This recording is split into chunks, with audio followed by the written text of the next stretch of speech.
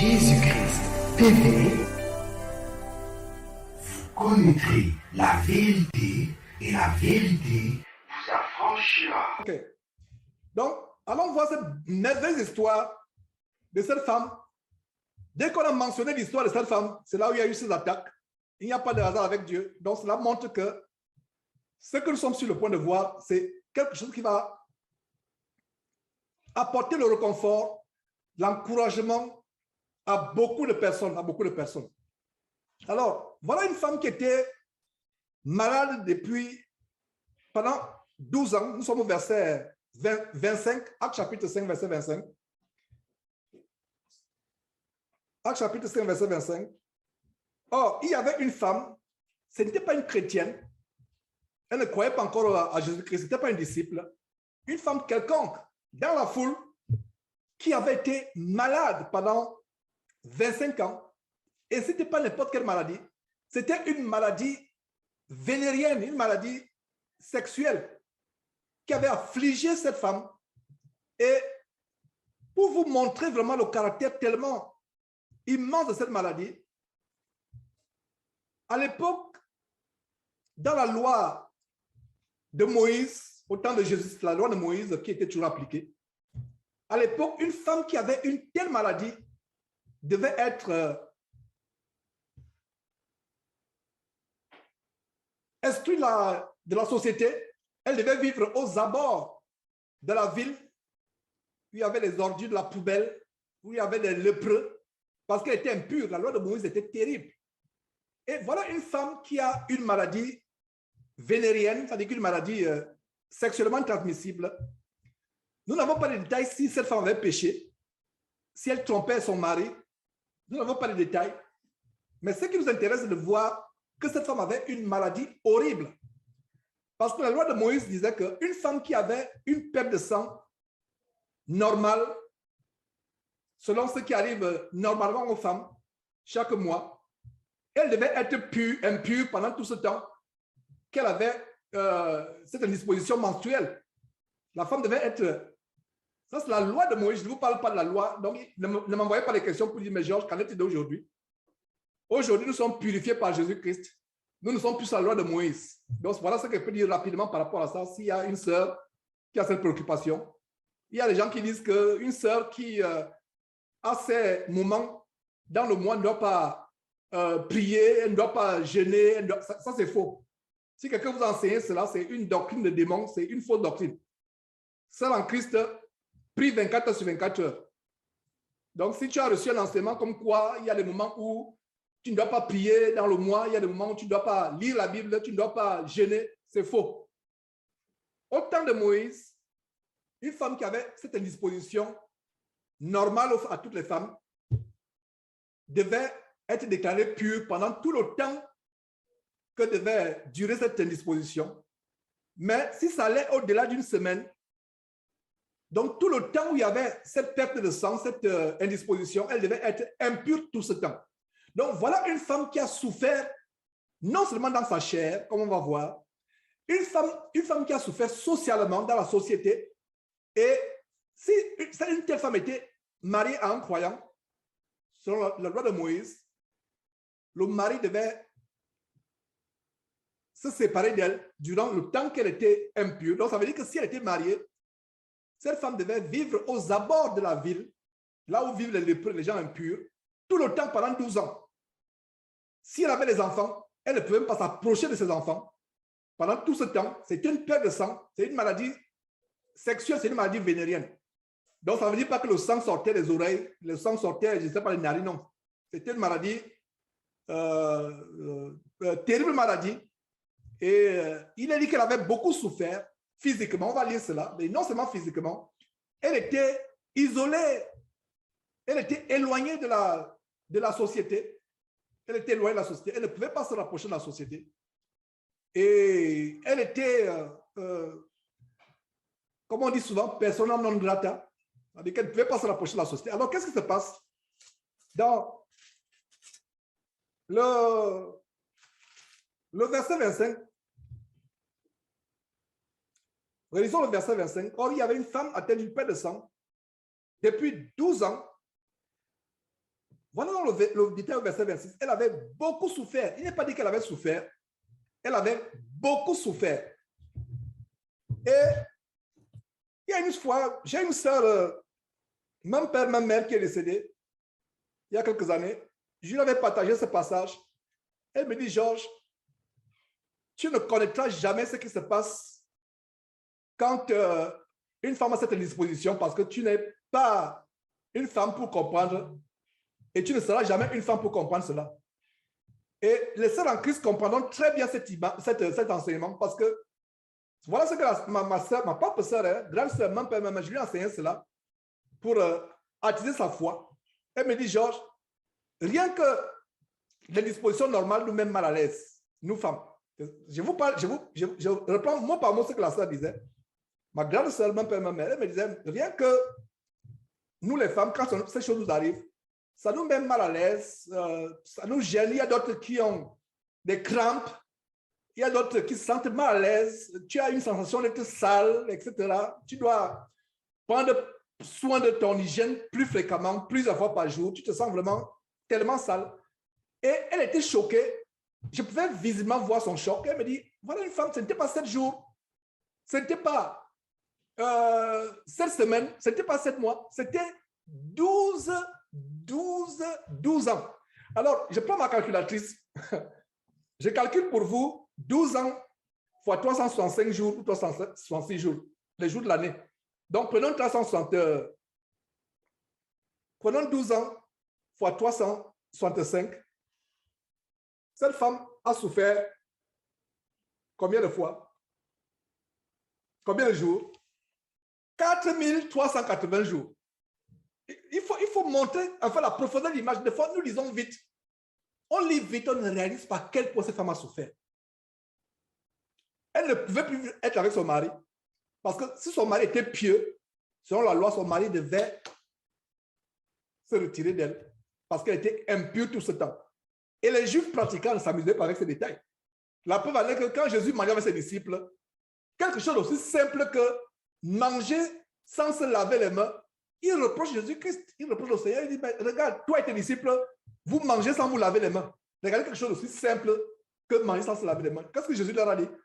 Ce n'est pas ce qui entre dans la bouche d'un homme qui souille l'homme. Et c'est vrai parce que ce qui entre va plus tard dans un lieu secret, le ventre est purifié. Mais c'est ce qui sort de la bouche d'un homme qui le souille. Donc voilà cette femme qui a souffert pendant 4380 jours au moins, qui a souffert, beaucoup souffert, et elle n'avait éprouvé aucune guérison. Aucune guérison. Je suis convaincu que, c'est une parenthèse, la personne qui a frappé, que les démons ont utilisé pour nous perturber, est parmi l'une des 3 personnes qui sont bloquées actuellement. Parce qu'il y a 3 personnes qui attendent que je les admette. Il y a 3 personnes. Tout le monde a pu être connecté, du moins la majorité, mais il y a 3 là qui persistent. Ils ne quittent pas, ils sont là 3. 2 iPhones et un Galaxy. Dieu soit loué de ce que tout est rentré dans l'ordre. Alors, cette femme a souffert longuement, pendant des années.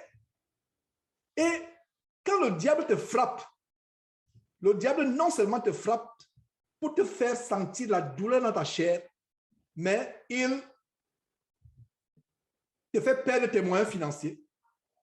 Si vous êtes aux États-Unis, encore la santé chez vous en Europe ou en Afrique est encore un peu abordable, mais aux États-Unis, à un moment, si tu n'as pas les moyens, même si tu as les moyens, ne t'hasarde même pas dans l'hôpital.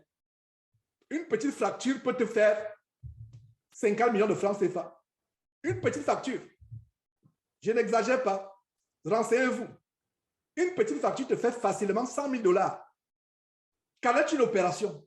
Et je me demande, n'est-ce pas le vol? Est-ce que ces médecins ont besoin de ces grands montants, etc., pour soigner les gens? Bref, je n'aimerais pas ouvrir une polémique sur le monde. Ça ne date pas d'aujourd'hui, en tout cas. Qu'est-ce que nous avons comme détail? Or, il y avait une femme atteinte d'une perte de sang depuis 12 ans. Elle avait beaucoup souffert entre les mains de plusieurs médecins. Elle avait beaucoup souffert.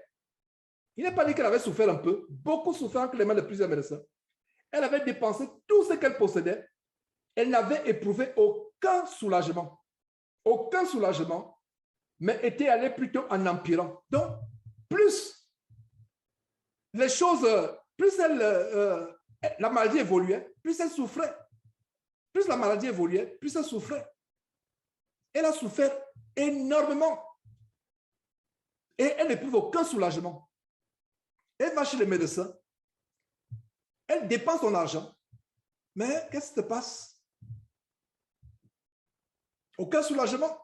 Et voilà ce qui arrive. Peut-être toi qui écoutes cet enseignement aujourd'hui, peut-être il t'est arrivé par le passé d'être malade, de souffrir dans la chair et de n'éprouver aucun soulagement. Elle était fatiguée.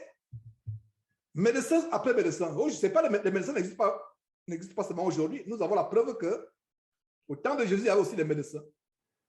Et parmi les disciples fervents de Jésus à l'Antiquité, au premier siècle, il y avait Luc le médecin, qui était un compagnon de route à un moment de l'apôtre Paul. Luc était médecin. Donc, il y avait des médecins à l'époque, et cette femme a beaucoup souffert. La bonne nouvelle que je vous annonce aujourd'hui d'encouragement, nous avons un grand médecin qui est Jésus-Christ. Beaucoup de gens voient Jésus-Christ comme étant notre avocat auprès du Père, c'est vrai. Beaucoup de gens voient Jésus-Christ comme étant notre médiateur, celui qui intercède pour nous auprès du Père, c'est vrai. Mais il y a un détail que nous, chrétiens, ne devons pas oublier. Jésus-Christ est notre grand médecin. Qu'est-ce qui est dit en Ésaïe chapitre 53? Ce n'est pas les meurtrissures de Jésus-Christ que nous sommes sauvés, ce n'est pas les meurtrissures. Vous voyez, les meurtrissures de Jésus-Christ, nous sommes sauvés par les meurtrissures. Nous sommes guéris, pardon, par les meurtrissures de Jésus-Christ. Nous sommes sauvés, son sang nous a purifiés, lavés, et nous sommes guéris. Ce n'est pas ces meurtrissures que nous sommes guéris. Donc la guérison est disponible. Mais comment elle est-elle disponible? Par la foi. Ce n'est pas par le doute, c'est par la foi. Donc, voyons que cette femme, la foi qu'elle a manifestée, et vous allez voir comment c'est tellement grand d'avoir cette foi.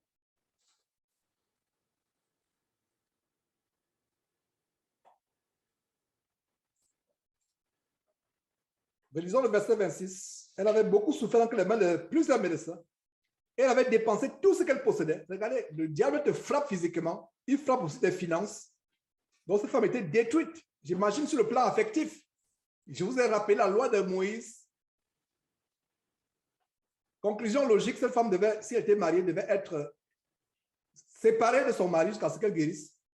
Si elle avait des enfants, les enfants devaient se séparer d'elle s'ils étaient pieux, s'ils observaient la loi de Moïse. Alors, mais elle n'avait éprouvé aucun soulagement. Même le moins de soulagement, cette femme n'avait eu aucun soulagement. Mais elle était allée plutôt en empirant. Verset 27, ayant entendu parler de Jésus. Vous voyez, ayant entendu parler de Jésus-Christ. Pourquoi il vous dit souligner? Parce que la Bible nous dit en Romains chapitre 10, verset 17, la foi vient de ce qu'on entend, et ce qu'on entend vient de la parole de Christ, ou la parole de Dieu. La foi, ayant entendu. Dites-moi ce que vous passez le temps à entendre, je dirais comment est votre foi. Si vous passez le temps à entendre les choses du monde, les nouvelles du monde, votre foi sera fondée sur les choses du monde. Si vous passez le temps à recevoir vos informations des journaux, de la presse, ou je ne sais pas, des choses qu'on voit à gauche, à droite sur les réseaux sociaux, ça va bâtir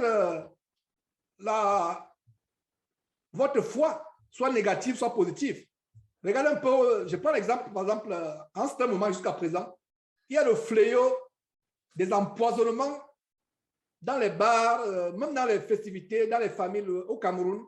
Je ne sais pas si c'est seulement au Cameroun, mais il y a le fléau des empoisonnements. Alors, quand vous suivez ces choses, c'est vrai que nous devons être prudents. Nous devons être prudents, savoir avec qui nous marchons, savoir chez qui nous allons, etc. Mais à un moment, vous n'allez pas être... Cette prudence peut vous amener à être paranoïaque. Est-ce que vous comprenez? Avoir peur de tout le monde, soupçonner même vos frères, soupçonner vos amis, etc. Ouais, ça peut vous amener à avoir la peur que j'ai peur d'être empoisonné, j'ai peur. Une cousine vous invite, une tante vous invite, vous n'allez pas parce que vous avez peur d'être empoisonné. En même temps que nous devons être prudents, ne me comprenez pas mal, un chrétien doit être prudent. Mais faisons attention. Si cette prudence nous amène à être paranoïaque, c'est une mauvaise chose. Si cette prudence nous amène à être paranoïaque, c'est vraiment une mauvaise chose. Et nous devons faire très, très attention de ne pas être paranoïaque. Nous devons avoir la foi. Donc, la foi vient de ce qu'on entend. ayant entendu parler de Jésus-Christ. Et qui est Jésus-Christ dans la Bible? La Bible dit qu'un des noms de Jésus-Christ, c'est quoi? C'est la parole de Dieu. Un des noms de Jésus-Christ, c'est la parole de Dieu.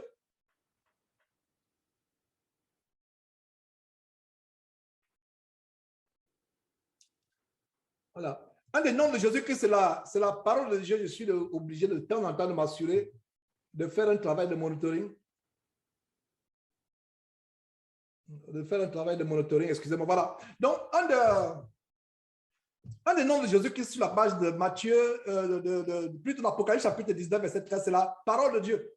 Alors, ayant entendu, comment elle a entendu? Cette femme, certainement, écoutait les gens qui prêchaient, un homme qui faisait des miracles, qui annonçait le royaume de Dieu, la bonne nouvelle du royaume de Dieu. Donc, elle a entendu parler de Jésus-Christ. Qu'est-ce qui se passe?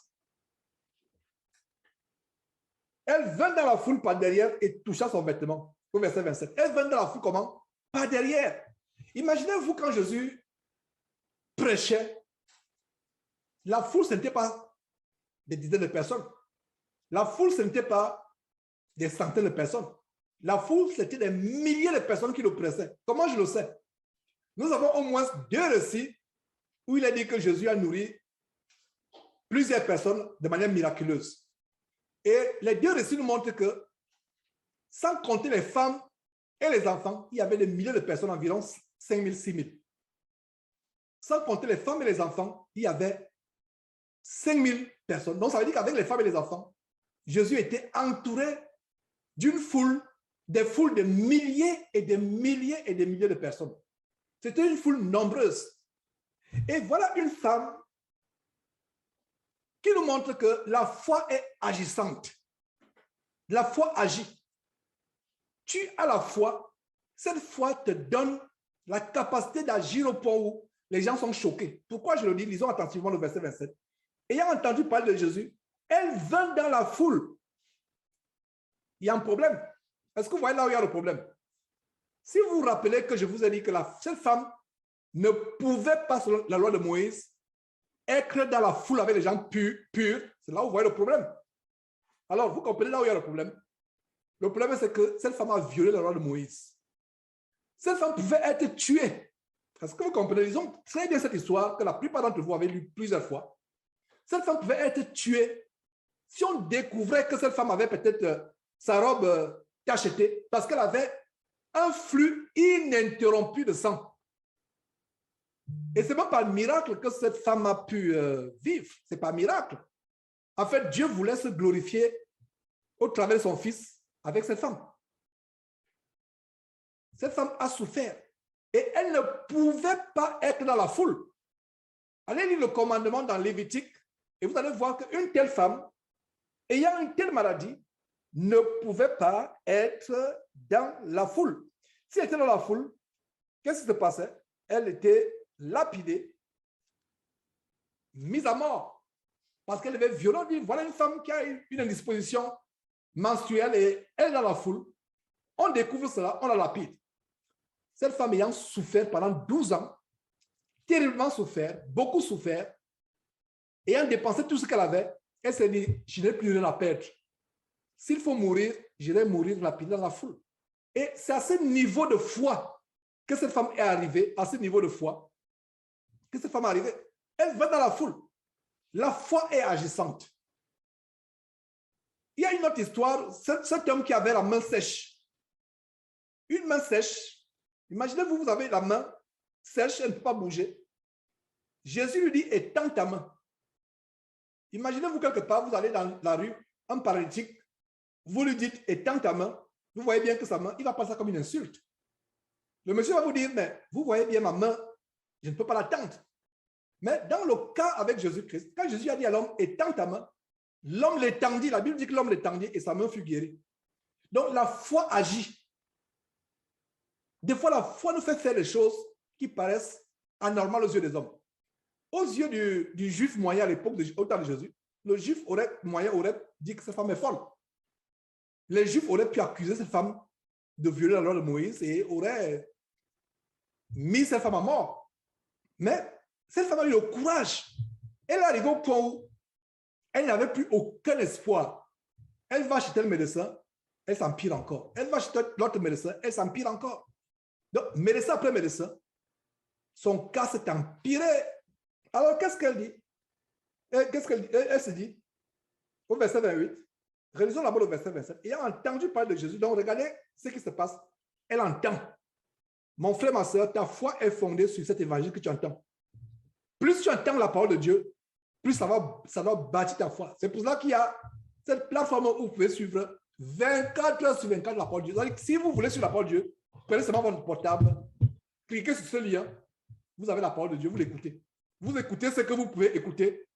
Et s'il faut aller au lit, vous vous occupez de votre mari, de vos enfants, si vous êtes une femme, ou passer un peu de temps avec vos enfants, si vous êtes un homme ou je ne sais pas faire autre chose, vous interrompez. Quand vous voulez encore revenir, vous cliquez sur le lien, vous écoutez le bout que vous pouvez écouter. Même c'est 30 minutes que vous écoutez, parce que c'est 24 sur 24 heures. Que ce soit les enseignements, que ce soit les enseignements en direct, c'est 24 sur 24 heures. Donc, ce n'est pas là que dire que vous allez là 24 sur 24. Non, vous suivez, vous dites, oh, je vais un peu cliquer sur ce lien. Vous connectez là où ce qui a fait le passé. Vous suivez 1 heure, 2 heures, vous vous déconnectez. Quelqu'un d'autre va venir. Donc, c'est vraiment un très grand projet, mes frères et sœurs. 24 heures sur 24 heures. Fermez vos micros, s'il vous plaît. 24 heures sur 24 heures. Fermez vos micros. Il y a un micro, il y a une interférence. Il y a une interférence. Fermez vos micros. Donc, mes frères, c'est vraiment merveilleux de savoir que nous pouvons avoir cette parole de Dieu 24 heures sur 24 heures, aller à la parole de Dieu 24 heures sur 24 heures. Donc, nous rendons grâce à Dieu pour cela. Ayant entendu, parce que plus vous entendez, même nous qui avons les enfants, si la parole de Dieu est prêchée dans la maison constamment plus que toute autre chose, si c'est ce que les enfants entendent à longueur de journée, cela va fortifier leur foi. La foi vient de ce qu'on entend. Vous voyez, c'est tellement important. Et regardez le processus de délivrance de cette femme. Elle entend parler de Jésus-Christ. Elle ne savait pas qui était Jésus-Christ. Comme la plupart d'entre vous et moi, on ne savait pas qui était Jésus-Christ. Donc, on entend parler de Jésus-Christ. Elle vient dans la foule. Elle brave la loi de Moïse. La foi nous fait faire des choses terribles. Elle brave la loi. On ne pouvait pas s'amuser avec la loi de Moïse. Ce n'est pas comme aujourd'hui. Les gens s'amusent avec la parole de Dieu. Parce qu'aujourd'hui, on dit Dieu ne frappe pas. Mais au temps de Moïse, quelqu'un s'amusait avec la parole de Dieu, il était frappé. Cette femme était passible de mort. Elle était passible de mort. Et qu'est-ce qui se passe? Elle brave le commandement de Moïse. Elle sait que si on l'attrape, elle sera mise à mort, elle sera lapidée. Mais elle vient quand même dans la foule à cause de quoi? La foi qui est venue. Comment la foi est venue? Elle a entendu parler de Jésus-Christ. C'est pour ça qu'il a dit en Romains chapitre 10, verset 17, la foi vient de ce qu'on entend et ce qu'on entend vient de la parole de Dieu. Verset 28 maintenant. Quand elle se disait, c'est-à-dire qu'elle se disait en elle-même, si je puis seulement toucher ses vêtements, je serai guéri. Seulement toucher, même pas toucher seulement. Rien que le vêtement, toucher le vêtement. Mes frères et sœurs, quelle foi cette femme a eu? Elle n'a pas dit si je peux seulement toucher Jésus. Non, rien que le vêtement, le bord du vêtement. Je serai guéri. La foi est terrible. La foi est vraiment terrifiante contre les ennemis, contre les démons, qu'elles soient les démons de maladie, qu'elles soient ceux qui avaient attaqué cette femme. La foi est terrifiante. Vous voulez vaincre les ennemis, ce n'est pas la foi. Regardez un peu la pratique que nous avions, et nous avons adopté cette pratique des églises, des fausses églises dans lesquelles nous étions. On prend de l'huile d'onction, l'huile d'olive, on met sur les linteaux pour protéger la maison. Par le passé, nous, on l'a fait. Quand on était encore dans cette illumination, et peut-être vous l'avez aussi fait comme moi, quand il y a un problème, vous mettez, et surtout si vous avez été catholique comme moi par le passé, il y avait cette abomination qu'ils appellent l'eau bénite. Donc, tu prends l'eau bénite, tu verses autour de ton lit dans la maison. Ça, c'est la magie de la sorcellerie. Et c'est cette sorcellerie qui continue inconsciemment avec l'huile d'onction, soi-disant. Est-ce que vous voyez le rapport maintenant diabolique entre l'huile d'onction et l'eau bénite des catholiques? Dans les milieux évangéliques, c'est maintenant l'huile. On prend l'huile. je confesse que je le faisais dans l'ignorance, étant dans Babylone, dans le système de l'illumination. Je confesse que je le faisais. Donc, si tu le fais, sache que c'est de la magie inconsciente que tu fais. Prends de l'eau bénie, pulvérisée, prends de l'huile, mettre sur les linteaux. C'est ta foi en Jésus-Christ qui te sauve, sœur ou frère. C'est ta foi. Ce n'est pas ces choses. Ce n'est pas ces choses. C'est ta foi qui te sauve. C'est ta foi qui t'amène à remporter la victoire sur les démons, sur toutes les forces du mal, comme les forces du mal qui avaient rendu cette femme malade, que ce soit par le péché qu'elle menait. On n'a pas de détail que cette femme était pécheresse, mais il y a une origine. L'origine est spirituelle. Donc notre foi est terrifiante contre les démons. Donc voilà un détail tellement important. Verset 28. Ayant entendu parler de Jésus, il venait dans la foule, pas derrière. Il y a un détail que j'ai oublié, pas derrière. C'est pour confirmer que ce que je vous dis, c'est la vérité. Pas derrière. Pourquoi pas derrière? Pas derrière, pourquoi? La réponse est simple, parce qu'elle savait que ce qu'elle faisait était mal.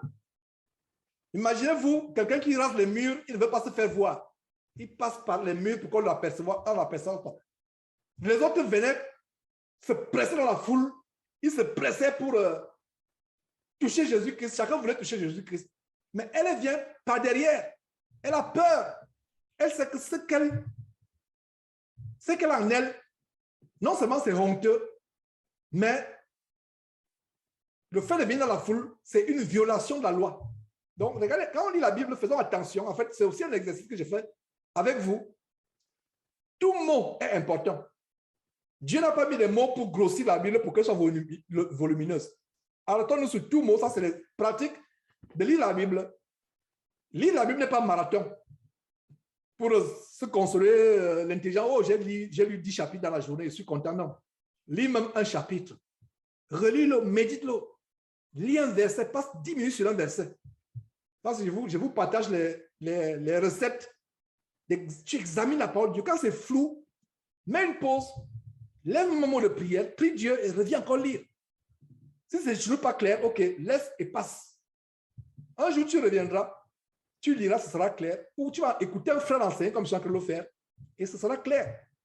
Mais ne lisons pas vite. On a tout le temps pour lire la parole de Dieu. Ce n'est pas une course de marathon. On prend le temps, on lit un verset. Donc, ce verset nous montre des détails tellement grands que cette femme 1, verset 27, a entendu parler de Jésus-Christ. Donc, ça veut dire qu'elle ne pouvait pas avoir la foi intense qu'on va découvrir dans quelques instants si elle n'avait pas entendu parler de Jésus-Christ.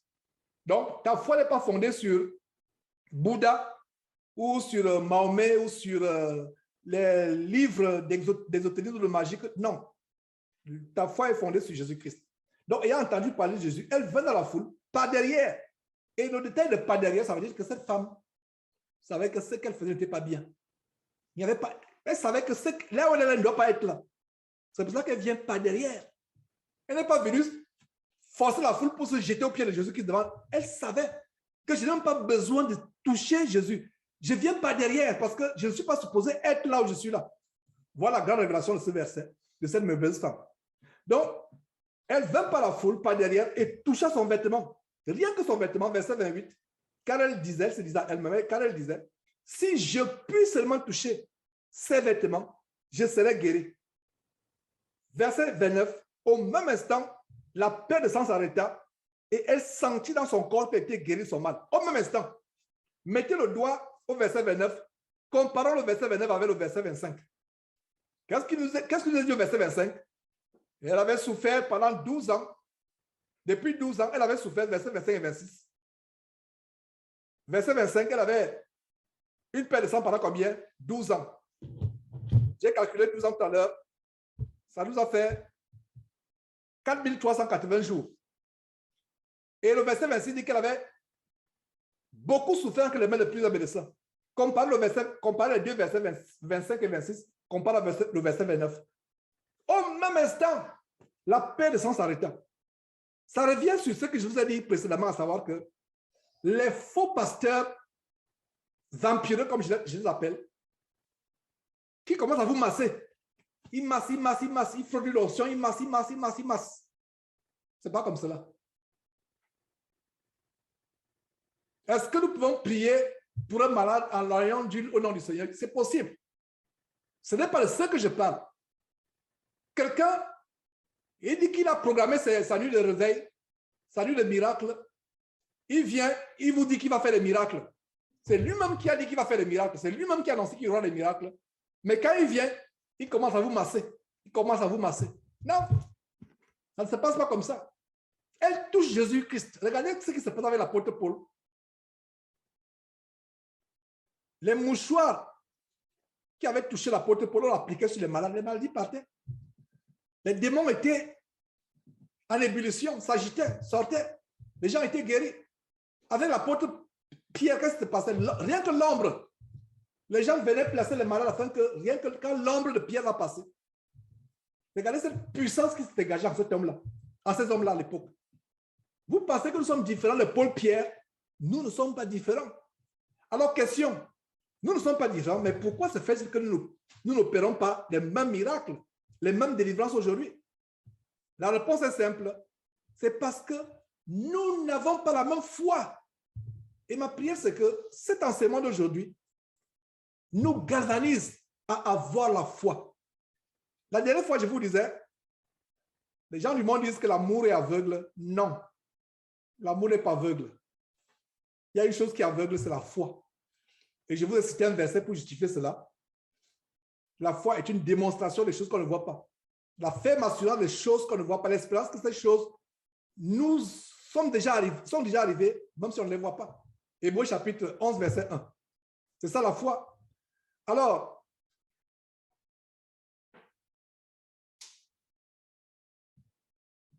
verset 29, au même instant, la peine de sang s'arrêta et elle sentit dans son corps qu'elle était guérie de son mal. Elle sentit. C'est ça la délivrance. Elle sentit automatiquement quelque chose. Et comment elle sentit qu'elle était guérie? Parce que cette femme avait un flux ininterrompu de sang. Et c'est même un miracle de Dieu qu'on n'ait pas pu découvrir qu'elle avait une perte de sang ininterrompue. Comment elle sut qu'elle était... le flux de sang s'est arrêté. Elle a senti qu'il y a quelque chose qui se passe en elle. Elle avait plus mal, hein, et rien ne sortait plus. Cette femme était un robinet ambulant. Donc, Jésus, aussitôt, verset 30, aussitôt en lui-même, connu en lui-même qu'une force était sortie de lui. Et se retournant au milieu de la foule, il dit qui m'a touché, qui a touché mes vêtements. Humainement, je dis bien humainement, on penserait, si un homme normal pose cette question, on va dire que mais cet homme est insensé, cet homme manque de bon sens. Comment? Et c'est d'ailleurs ce que les disciples, les apôtres vont lui dire. Hein? Tu vois la foule qui t'entoure et tu dis qui m'a touché. Il ne pouvait pas comprendre de quoi Jésus parlait de toucher. Mon frère, ma soeur, tu veux toucher Jésus-Christ depuis le ciel, fais comme cette femme. Donc nous venons de découvrir ce matin qu'il y a une manière de toucher Jésus-Christ pour la force qui en Christ enveloppe ta vie et la délivrance se manifeste. Voilà la révélation. Quelque chose dans moi me dit que vous avez compris. Parce que bien des fois, je comprends l'enseignement clair et à un moment, j'assume automatiquement les autres comprennent. Et avec les questions que je reçois après, je me rends compte qu'en fait, les gens n'ont pas compris comme je comprends. Ce que je viens de vous dire, c'est que cette femme a découvert un grand secret que beaucoup de chrétiens n'ont pas aujourd'hui. Pourtant, Jésus était encore sur terre. Il n'avait pas encore été glorifié, il n'avait pas encore été crucifié. Il n'avait pas encore été ressuscité. Si cette force pouvait sortir de Jésus, non crucifié, non ressuscité, étant un simple humain comme vous et moi, qui est venu sur terre, mourir, revêtir cette chair mortelle que nous avons afin de revêtir l'immortalité plus tard après la résurrection. Si cette force pouvait sortir de Jésus, était encore sur terre, pas crucifié, pas ressuscité, pas mort, pas ressuscité, qu'allait-il maintenant si nous faisons comme cette femme, maintenant où Jésus est assis, au-dessus des cieux les plus élevés, à la droite de son Père, Dieu notre Père? Je pense que le message est passé. Vivons la foi. Retrouvons la foi. Pensez à ces enseignements quand la foi, vous sentez que vous êtes faible. Repensez à cet enseignement, recevez cet enseignement. Quand tu penses que tu es faible dans la foi, va chercher cet enseignement quelque part. Et malheureusement, YouTube et Facebook, c'est l'endroit où on peut stocker les enseignements pour l'instant. La prochaine étape, ce serait d'avoir un stockage où vous cliquez sur un lien, vous avez un enseignement sans passer par YouTube, par Facebook. Ça, c'est le prochain travail que nous aurons. C'était possible par le passé, mais il faut encore s'investir énormément pour l'avoir par le site. C'était possible par le site. On avait un serveur OVH depuis la France qui était connecté avec Houston. OVH, la compagnie que les gens comme les Julian Assange, les lanceurs d'alerte, les serveurs qu'ils utilisent, ça uniquement la CIA, le FBI ne peut pas y accéder. Donc, on avait un compte OVH, mais qui nous coûtait vraiment cher. Et j'ai pu suspendre momentanément. Mais nous aurons aussi un compte où quelqu'un veut une vidéo sur la foi, il clique sans passer par YouTube, par Facebook. Ça, c'est la prochaine étape. Mais au temps opportun, ce sera disponible. Tout chose en son temps. C'est pour vous dire en quelque sorte, encore comme j'ai dit au début, il y a du travail derrière ce ministère. Et ce travail n'est pas en vain. Il faut arriver au point où nous contournons les big tech, Facebook et autres, YouTube, et être indépendants. Donc, mais pour le moment, si vous avez besoin d'être fortifié, par exemple, vous avez besoin d'écouter l'enseignement sur la foi, malheureusement, actuellement, ce n'est que Facebook et YouTube, malheureusement. Mais un temps viendra où vous ne pourrez plus y aller. Et si vous pensez que Facebook ou YouTube, c'est une pierre d'achoppement pour vous, fermez. Il y a des gens comme moi qui sont insensibles à cette saleté que les fils du diable sont amusés à projeter. Moi, je suis insensible. Mais il y a d'autres qui sont sensibles et normalement, nos yeux ne devaient pas voir ces choses. Frère. Voilà, terminons, on va nous séparer. Donc, Jésus sentit aussitôt en lui-même qu'une force était sortie de lui et se retenant au milieu de la foule, il dit, qui m'a touché? Ses disciples disent, et je suis, s'il n'était pas bien les disciples, je dis, mais Seigneur, toi aussi, Seigneur, regarde la foule, quand même. J'aurais fait comme ses disciples, parce qu'ils comprenaient charnellement. Touché, comprenaient. Pourtant, même, qu'est-ce qui se passe ici? Frère, lisons. La femme a touché Jésus? Non. La femme a touché quoi? Les vêtements de Jésus. Regardez, mon vêtement n'est pas moi. Quelqu'un touche ce vêtement, ne m'a pas touché. Moi, c'est ma main. La femme a touché qui? Jésus? Non. La femme a touché qui? A touché qui? Jésus? Non. La femme a touché quoi? Le vêtement de Jésus. Mais, qu'est-ce que Jésus dit? Qui m'a touché? Conclusion. Jésus ne parle pas de quelque chose de physique. Jésus ne parle pas de quelque chose de physique. C'est quelque chose de spirituel. La femme a accédé à un dépôt de puissance. Comparé 12 ans de souffrance avec instantanément. La femme y a accédé. Mère, qui a un enfant qui se préoccupe, qui a peur pour cet enfant, retrouve ton courage à partir d'aujourd'hui. Cette puissance est disponible. Dieu n'attend qu'une chose, crois. Dieu n'attend qu'une chose. C'est comme s'il y a souvent des caricatures, quelqu'un en prison. On vient lui jeter la clé. Non, il veut que tu ouvres encore. Tu lui jettes la clé, il te balance la clé. Il dit ouvre. Tu lui dis non, voilà la clé. Mets la main à travers la grille, ouvre toi-même. Il dit non, il te remet la clé, il dit non, ouvre. C'est ça qui se passe dans les milieux chrétiens.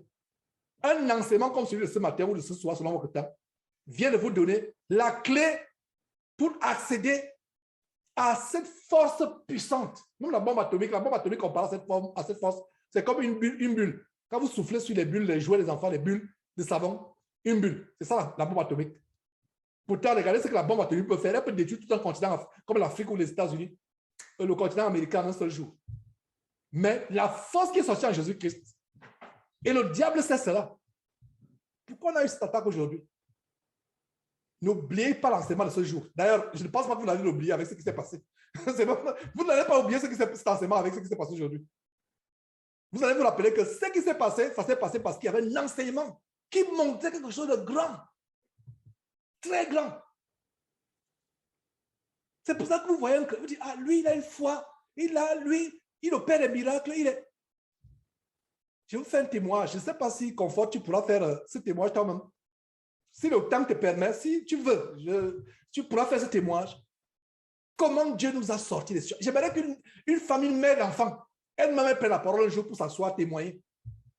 En tant que la femme d'un prédicateur, les attaques qu'on a reçues de l'ennemi, comment nous avons toujours été victorieux de toutes ces attaques. Je ne sais pas s'il y aura une heure de temps. Une heure de temps, ça n'est pas disponible. C'est parce qu'on ne vous dit pas tout. Nous sommes en guerre, nous sommes dans la fournaise, mais nous avons toujours la victoire parce que nous faisons un effort d'être connectés à cette force qui est sortie de Jésus. La femme dit, je vais seulement toucher les vêtements, toucher les vêtements. Jésus lui dit qu'il m'a touché. Non, Seigneur Jésus, personne ne t'a touché. On a touché les vêtements. Mais tu ne peux pas contester contre le Seigneur. S'il dit qui m'a touché, il ne parle pas de physique parce que la femme ne l'a pas touché physiquement, la femme a touché les vêtements. Donc Jésus parle de quoi? Vous avez la révélation de quoi Jésus parle. Et comment accéder à ce dont Jésus parle? La femme nous montre quoi faire. Crois. Crois. Et si tu le fais, tu auras des témoignages. Depuis ce temps, les gens ne m'appellent plus frère. Au début, il y avait quand ce ministère a commencé, il y avait des témoignages toutes les semaines. Mais pourquoi il n'y a plus de témoignages? C'est pour cela que nous devons nous accéder à ces enseignements, les écouter jour après jour. Voilà. J'espère que vous avez compris. Mes frères et sœurs, finalement, donc, Jésus dit, qui m'a touché? Qui m'a touché? Il reconnaît qu'une fois qu'il est sorti, il se retourne, dit qu'il m'a touché. Les disciples, j'aurais agi, vous et moi, on aurait agi comme ces disciples.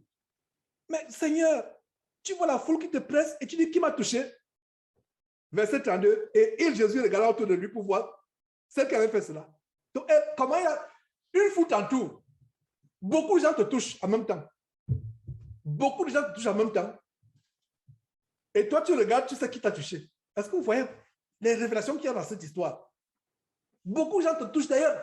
Les gens prennent Jésus. Les gens regardent un peu les superstars. Quand quelqu'un qui était inspiré par les démons, Michael Jackson est venu au Gabon. Il y a des gens qui sont morts, qui s'évanouissaient. La sécurité ce jour-là était tellement intense pour tout le monde voulait toucher Michael Jackson. Qui est Michael Jackson vis-à-vis de Jésus-Christ? C'est seulement un blasphème d'essayer de comparer, c'est un blasphème. Rien que la tentation de comparaison, c'est un blasphème. Les gens voulaient toucher Jésus, les gens voulaient. Donc, Jésus, il a su instantanément. Regarde, tel veut toucher l'épaule, tel veut toucher les autres, la foule te presse. C'était un bain de foule. Un bain de foule. C'est-à-dire qu'aucun dirigeant ce monde n'a eu des bains de foule de Jésus. Il n'avait pas de sécurité, hein? Il n'avait pas de garde de corps. Il allait dans la foule. Vous vous rappelez là où la foule voulait se saisir de lui pour faire de lui un roi. Il a dit, je ne suis pas venu sur la terre pour être un roi. Je suis venu sur la terre pour mourir comme un pauvre pécheur, pour m'identifier aux pécheurs, porter leurs péchés sur mon corps, sur la croix, porter leurs péchés et mourir pour eux. Voilà pourquoi je suis venu. Mon temps d'être roi n'est pas encore arrivé.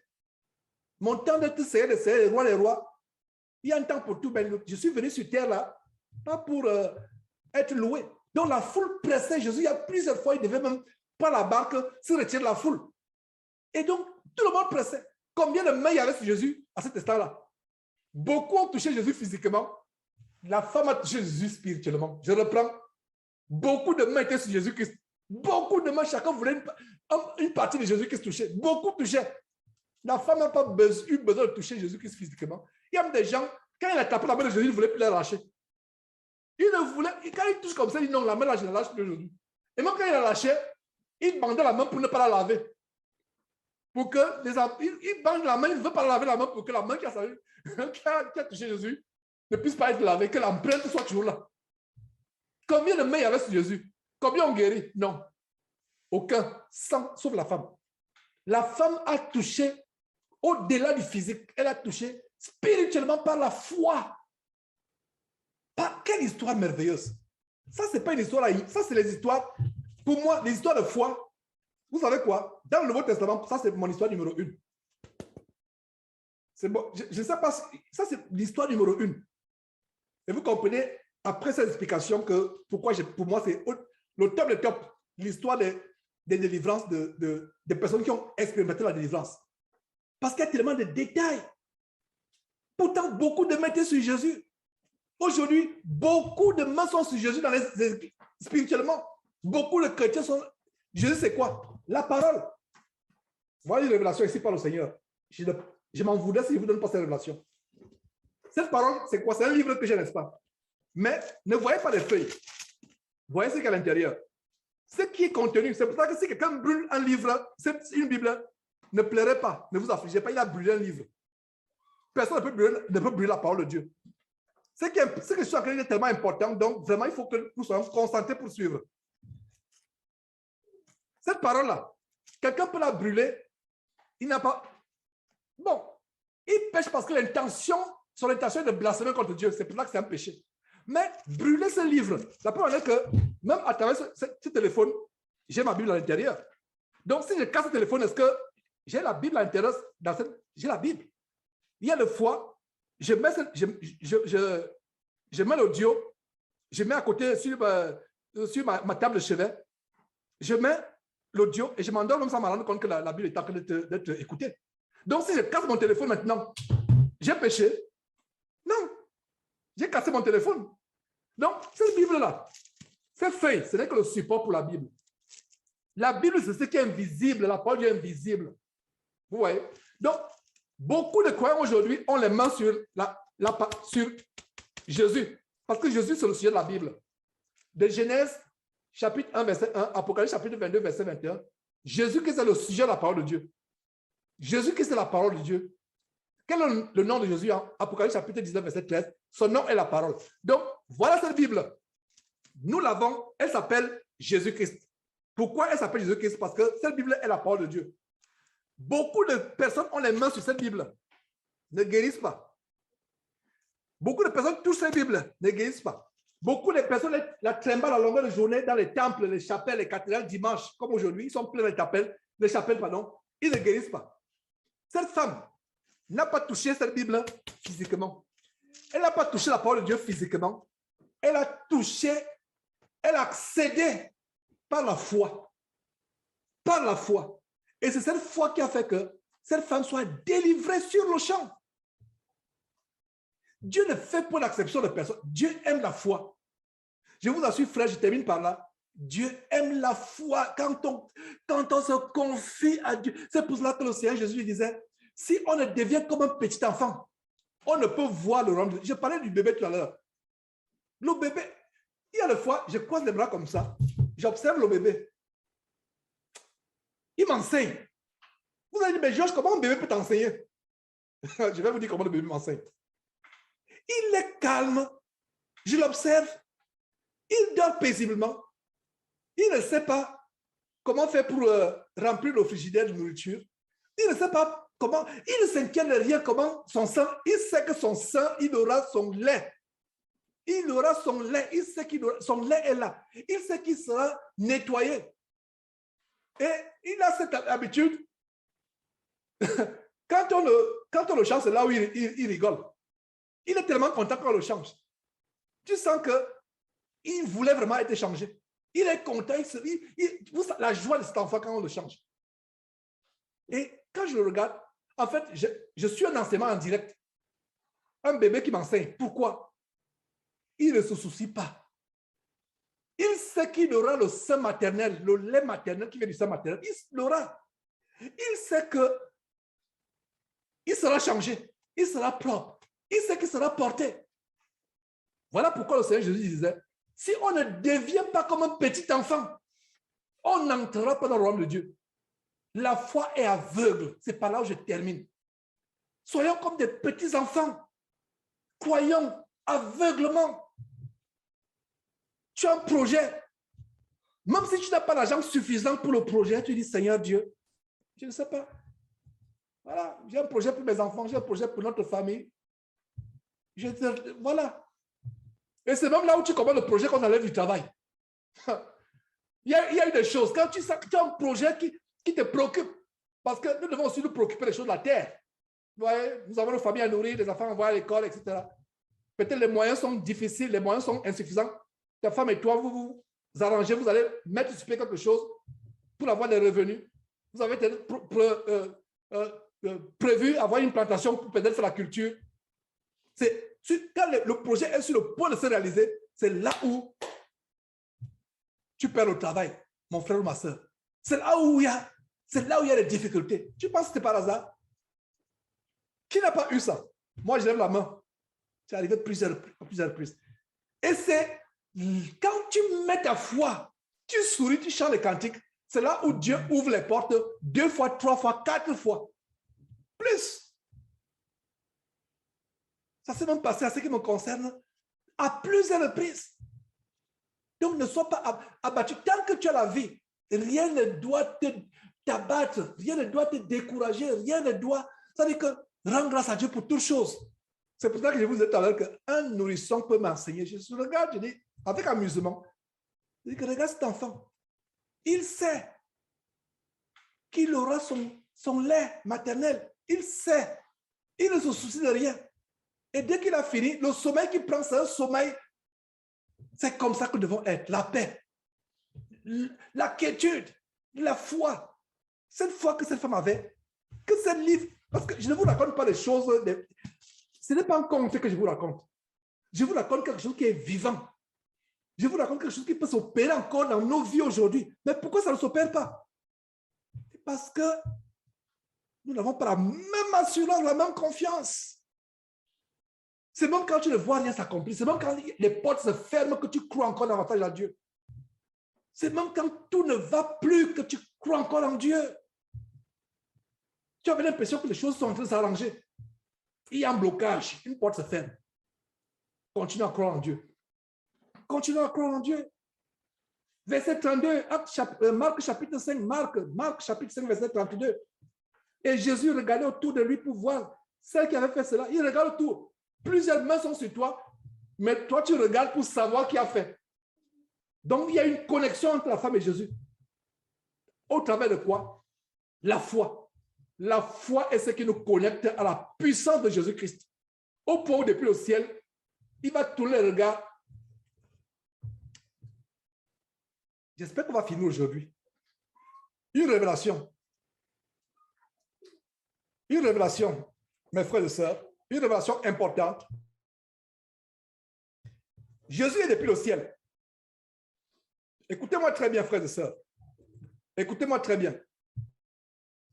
Écoutez-moi très bien, s'il vous plaît. Jésus n'est plus au ciel. Combien de chrétiens chaque jour prient Jésus 24 heures sur 24 heures? Instantanément, par minute, par seconde.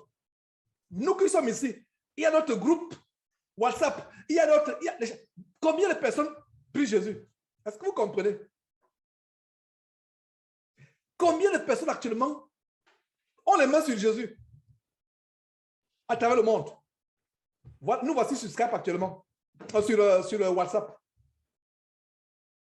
Vous savez les prières qui passent par Jésus. Quand il dit prie Jésus, il va dire prie Dieu par Jésus. En fait, prier Jésus, c'est comme si on priait Dieu ou vice-versa, parce que c'est vrai que Jésus est distinct de Dieu, mais lui et Dieu, ils forment un, comme un homme et une femme forment un. Mais ils sont distincts comme Étienne a vu. Mais je parle de Jésus pour être dans cette histoire de Marc chapitre 5. Pourquoi? Parce que tant que les révélations tombent, je ne vais pas arrêter cet enseignement parce qu'il est tellement important. Important. Combien de mains sont sur Jésus à travers le monde? Plusieurs, n'est-ce pas? Mais combien touchent Jésus? Parce que les mains que nous mettons sur Jésus, un, c'est les mains de péché. Ésaïe chapitre 1, vous levez les mains, je ne réponds pas parce que vos mains sont pures, pleines de sang. Des gens qui touchaient Jésus, ce jour-là, il y avait les adultères, il y avait des gens... Quelqu'un vient là, oh, mon enfant est malade, viens prier. Ton enfant est malade, alors que tu as eu cet enfant en trompant ton mari. Et tu dis à Jésus, ton enfant est malade. Tu ne t'aimes pas repentir du fait que tu as eu cet enfant en trompant ton mari. Tu n'aimes pas dire la vérité au mari. Et tu viens, Jésus, mon enfant est malade. Et il y a quelqu'un que nous connaissons qui a perdu 2 enfants. Elle se dit chrétienne, que confortablement nous connaissons. Elle a perdu un enfant de 9 ans par accident de circulation. Et elle a perdu un enfant en accouchant. Elle dit qu'elle est chrétienne. Et plus tard qu'on apprend, elle trompe son mari. Après, on se dit, tiens, si elle a perdu un enfant de 9 ans, fauché par une voiture, si elle a, à l'espace de quelques temps, perdu un enfant le jour où elle accouchait, et là, voilà, flagrant délit en train de tromper son mari. Vous voyez les conséquences du péché. Bref, je ferme la parenthèse. Et si vous l'avez fait, repentez-vous. Si vous avez commis des abominations sexuelles, repentez-vous. Alors, combien de mains sont sur Jésus à travers le monde? Tout le monde veut prier Jésus. Même ceux qui ne veulent pas de Jésus disent non, moi je ne veux pas croire à toi, mais je veux que tu me délivres. Comme cet homme qui va en Inde, un prédicateur américain, il arrive à la gare bondé. Il veut prier pour les gens. Il dit, est-ce que vous croyez en Jésus? Est-ce que vous voulez que je prie pour vous? On dit, nous savons que Jésus est puissant. Nous ne voulons pas devenir chrétiens, nous ne voulons pas l'accepter, mais nous voulons que tu nous pries, tu nous délivres avec cette puissance. Voilà ce que les chrétiens font aujourd'hui. Beaucoup de mains sont sur Jésus, 24 heures sur 24 heures. Nous, ici à Houston, pendant que nous prions Jésus, vous aussi là-bas en Europe, vous priez Jésus, les gens en Chine, instantanément. Combien de mains sont sur Jésus? Est-ce que vous voyez que les mains qui étaient sur Jésus physiquement quand il était sur terre, c'était une figure des mains qui devaient être sur Jésus à longueur de journée. Branhamistes, catholiques, toutes les dénominations se réclament de Jésus. Tout le monde va mettre la main sur Jésus. Est-ce que Jésus se tourne et dit que quelqu'un m'a touché depuis le ciel? Est-ce qu'il se connecte à quelqu'un? Jésus va se connecter à celui qui, depuis le ciel, se connecte à cette force. Se connecte à cette force. J'espère que cette haute révélation, vous l'avez eue. Parce qu'au temps de Jésus, les mains étaient sur lui physiquement, chacun voulait le toucher. En même temps. Mais au temps de Marc chapitre 5, Jésus, la femme touche Jésus, mais Jésus dit qui m'a touché? Parce qu'il y avait plusieurs mains. Qu'est-ce que les disciples disent? Verset 31, les disciples disent, tu vois la foule qui te presse, presser c'est quoi? C'est être contre quand les gens sont au stade. Regardez comment, je me rappelle en Afrique, la folie du football. Les gens veulent entrer au stade. Et quand on dit que le stade, à un moment, il y avait les gens, les policiers exigeaient les billets d'entrée. Maintenant, les gens qui n'avaient pas de billets attendaient un instant. Peut-être à 15 minutes de la fin, quand j'étais un peu dans la folie du football, bien entendu, pour moi, ça ne me dit plus rien, parce que j'ai compris que ça, c'est des folies, les passions folles du monde. Mais à l'époque, quand on n'a pas d'argent pour aller au stade, un grand stade, le stade de Yaoundé, quand on va au stade à la fin, donc tu arrives à la fin, le ticket ne peut pas payer le ticket d'entrée. Donc, nous allons à 15 minutes de la fin où les policiers lâchent les guerriers et les gens se bousculent. Voilà le mot pressé. Je donne ça pour vous. Je donne cette image pour que vous ayez une idée de pressé. Imaginez qu'il y a une célébrité qui passe quelque part. Je vous ai pris l'exemple de Michael Jackson. Tout le monde va courir pour le toucher. Donc, pressé, ça veut dire que les gens étaient contre lui. Il était enveloppé dans la foule. C'est là que vraiment par la puissance de Dieu qu'il ne pouvait pas être écrasé ou tué, asphyxié. Tout le monde voulait le toucher. Beaucoup de gens le touchaient. Mais une femme qui n'a même pas pu appliquer, c'est tellement le pan de sa robe traînait au sol. La femme est venue par derrière, rampant dans la foule. Elle a distingué. Donc voilà le pan qui descend, qui, depuis le haut, elle a seulement touché le bout. Et c'est à elle, c'est d'elle au ciel duquel il a dit que Jésus se retourne et dit qui m'a touché. Aujourd'hui au ciel, beaucoup de mains sont sur Jésus. Mais combien de mains touchent Jésus?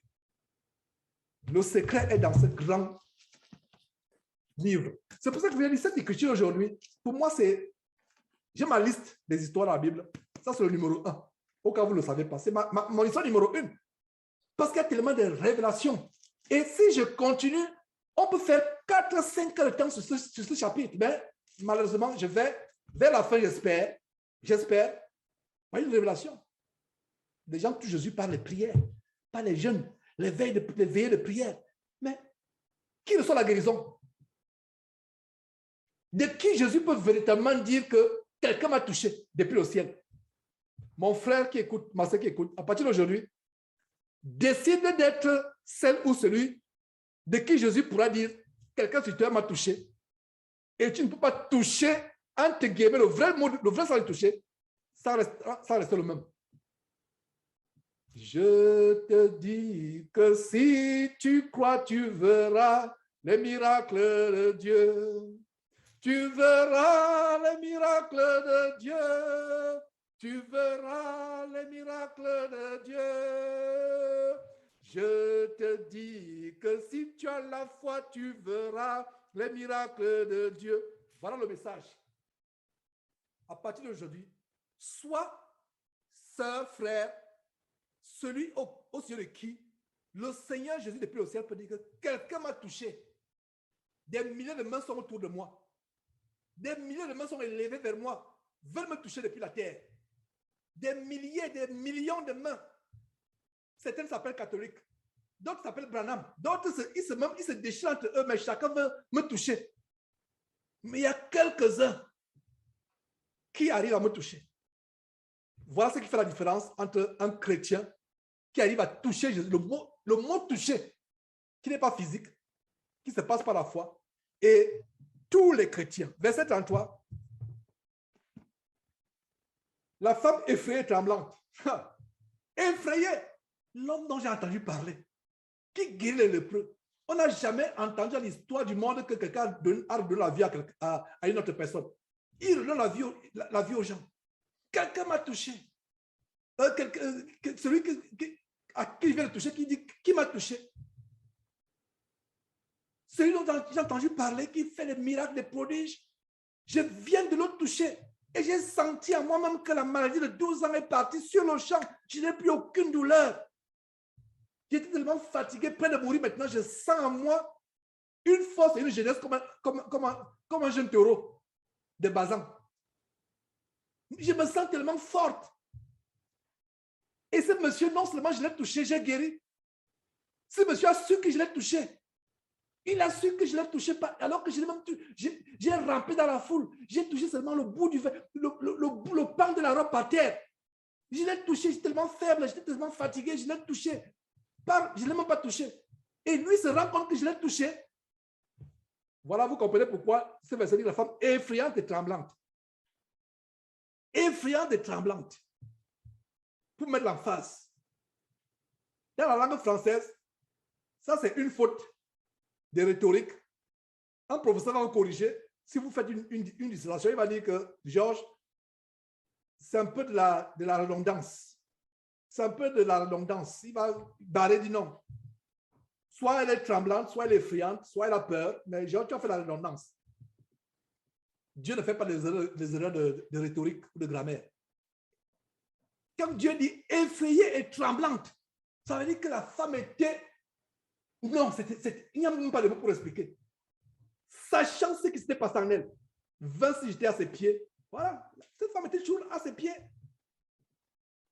Dans la prière, dans la foi, non seulement ces femmes, la plupart des saints dans la Bible, quand ils se jetaient, c'est pour adorer. Ayons de la compassion pour eux. C'est pour ça que quand quelqu'un me contacte pour dire qu'il a besoin de connaître la parole de Dieu, je laisse tomber tout ce que j'ai à faire. Je me concentre sur cette personne qui me dit que elle a besoin de rechercher la parole de Dieu. Je suis prêt à tout laisser tomber. Quand quelqu'un me contacte pour la personne me dit, oh, j'ai découvert vos enseignements, etc., j'aimerais en savoir plus. Je dis, oh Seigneur, voilà un nouveau poisson qui est venu. Parce que nous sommes des pêcheurs d'hommes. Je laisse tout ce que j'ai à faire. J'écoute la personne pour savoir si la personne, sincèrement, veut recevoir la parole de Dieu. Fermez les micros, s'il vous plaît. Ouais. Donc, la femme est tremblante, effrayante, effrayée et tremblante, sachant ce qui s'était passé en elle. Donc, toute la foule là ne savait pas ce qui s'était passé. Donc, c'était entre Jésus et elle. Donc, il y avait maintenant une relation d'intimité entre cette femme et Jésus par la foi. Une relation privilégiée par la foi. À cause de quoi? Par la foi. Et ce n'est pas moi, Georges, qui le dit. Jésus lui-même va dire. Pourquoi il y a eu cette connexion? Les faux pasteurs vous enseignent maintenant qu'il faut être connecté à son ventre ou à son bas-ventre. Transfert de grâce. L'abominable faux pasteur Alain Patrick Tsengue. Il semblerait que c'est mon beau-frère éloigné. C'est encore à vérifier. Il semble qu'il est du même village que Confort. Donc, en Afrique, on dirait que c'est mon beau-frère. Voyou bandit, qui prêche les choses terribles. Un jour, il prêche carrément l'évangile du transfert de grâce. que connectez-vous à vos pasteurs. Connectez-vous à vos pasteurs. En fait, vous vous connectez à la magie. Vous vous connectez à leurs démons. Il dit non, la grâce va passer de mon ventre. Ça atterrit sur votre tête. Connectez-vous à nous par vos dîmes, par vos offrandes. Cherchez la connexion dont l'évangile se connecter. Cette femme n'a pas, on lui a pensé l'évangile de se connecter. Elle-même, elle a su comment se connecter. Est-ce que vous voyez? Qui a enseigné à cette femme l'histoire de se connecter? Personne. Qui lui a enseigné cela? Personne. Mais elle-même, par la foi, elle s'est connectée par la foi. Mais aujourd'hui, on vous dit, connectez-vous, connectez-vous, connectez-vous, connectez-vous à moi. Connectez-vous à moi. On a vu Guy Vincent Kodja et autres, beaucoup. Regardez même Moïse Bié. Connectez-vous à moi, connectez-vous à moi. En pleine église, connectez-vous à moi. Les gens maintenant sont en transe. En transe. Ils commencent à se connecter. Pourquoi? Parce qu'ils ont ouvert la tête aux esprits de sirène. Comme cette vidéo où Moïse Bié baptise les gens sont en transe, les gens tremblent. Comme exactement l'Ivoirien Mohamed Idriss. Les gens sont en transe. Il prend le micro dans son temple à Kinshasa quelque part. Connectez-vous à moi. Lui-même, il est en transe, il dit connectez-vous à moi, connectez-vous à moi. Les gens aussi commencent à se lever, sont en transe. Les esprits de Moïse Bié entrent dans les gens. Lui-même, il est en transe sur le micro, sur le podium avec le micro, connectez-vous à moi. Ceux qui tremblent là sont déjà connectés. Est-ce que vous voyez? On n'a pas enseigné à la femme la magie de se connecter. Elle-même, elle a dit quoi? Ayant entendu, elle dit, si je touche seulement son vêtement, je serai guéri. Elle a été connectée au grand centre de force qui est sorti de Jésus-Christ. Verset 34, verset 33 pour une dernière fois, la femme effrayée, tremblante, sachant ce qui s'était passé en elle, vint se jeter à ses pieds et lui dit toute la vérité. Verset 34, mais Jésus lui dit, ma fille, ta foi t'a sauvée. Soulignez, ta foi t'a sauvée. Voilà ce qui a mené cette femme à être connectée à cette force qui est sortie de Jésus-Christ. C'est-à-dire que c'est ta foi qui t'a délivré de la mort certaine. Parce que quand je lis cette histoire, après 12 ans, c'est même un miracle que cette femme ait vécu 12 ans. Il ne lui restait plus beaucoup de jours. Une femme émaciée. Imaginez-vous des gens qui souffrent de ce problème de perte de sang ou je ne sais pas quoi. Vous devenez émacié. Vous n'avez plus de sang. Vous devenez maigre. Elle n'avait plus de temps. Beaucoup de temps à vivre sur terre.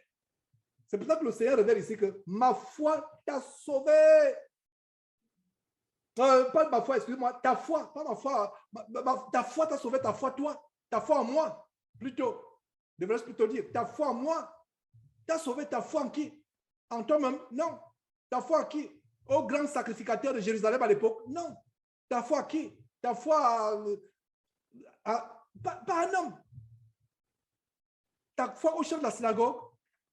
Ta foi au chef de la secte des pharisiens ou de la secte des sadducéens? Non. Ta foi en moi t'a sauvé. Va en paix et sois guéri de ton mal. Va en paix et sois guéri de ton mal. C'est un plaisir de partager ces choses. Allons encore suivre cet enseignement, s'il est publié par la grâce de Dieu, en nous assurant que on va bien faire le toilettage avant de publier. Minutieux, j'avais fait un travail minutieux parce qu'on ne sait pas depuis quand l'attaque est intervenue. Donc on va s'assurer que c'est tellement bien nettoyé. Et si c'est la volonté de Dieu, nous allons publier. Recevez encore cet enseignement. Moi, je vais le recevoir. Pourquoi je dis moi, je vais le recevoir? Parce que bien des fois, quand j'enseigne des choses selon que le Saint-Esprit me révèle sur le champ et il faut que j'écoute encore.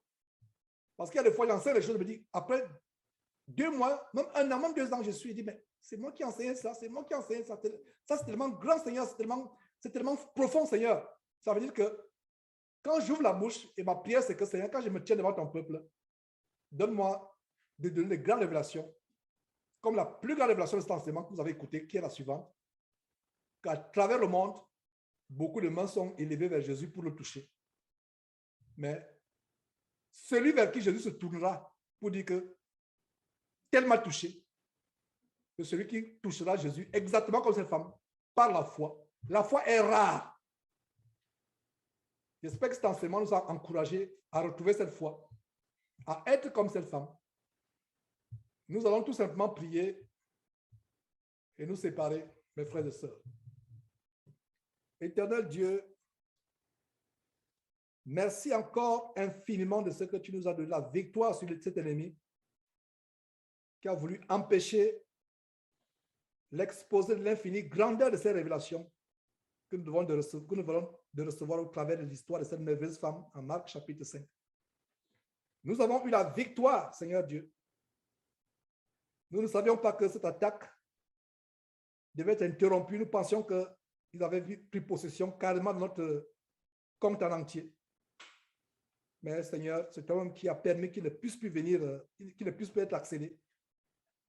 Seigneur, donne l'intelligence, la vigilance, Seigneur Dieu, d'être en alerte maximale, d'être prudent.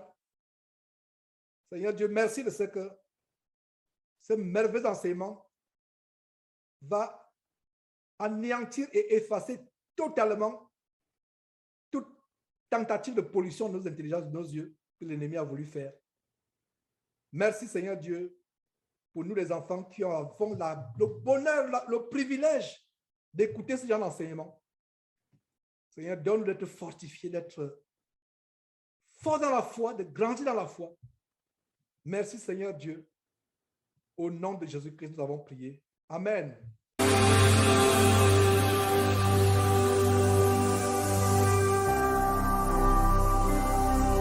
Jésus-Christ TV, vous connaîtrez la vérité et la vérité vous affranchira.